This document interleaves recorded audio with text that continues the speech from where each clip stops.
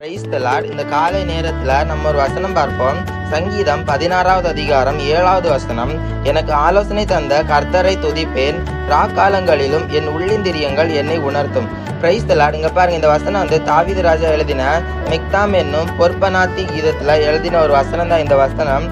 இந்த வசனத்தை ஏசப்பா இன்றைக்கு நமக்கு உணர்த்துறாரு. என்னன்னா, தாவீது ராஜா என்ன சொல்றாருன்னா, எனக்கு ஆலோசனை தந்த கர்த்தரை நான் துதிக்கிறேன், ஆனாலும் ராத்திரியில் என் உள்ளிந்திரியங்கள் என்னை உணர்த்துகிறது, ஆனாலும் என்னுடைய சரீரம் என்னை துதிக்க சொல்லி உணர்த்துகிறது என்று தாவீது ராஜா சொல்றாங்க. இங்க பாருங்க, நம்மளை படைத்ததே ஏசப்பா எதற்கு என்றுனா அவரை மகிமைப்படுத்துகிறதற்காக, அவரை துதிக்கிறதற்காக தான் நம்மளை படைத்தது. இங்க பாருங்க, அதை நம்ம பண்றோமா என்கிறத கேட்டா அதிக நேரத்துல நம்ம அதை பண்றது இல்ல. இங்க பாருங்க, இதுதான் ஏசப்பாவுக்கு பிரியமானதும் கூட. என்னன்னா, அவரை துதிக்கிறது மாத்திரம் தான் ஏசப்பா, அவரை மகிமைப்படுத்தி அவரை துதிக்கிறது ஏசப்பாவுக்கு பிரியமானது. அதை தான் தாவீது ராஜாவும் சொல்றாங்க. நான்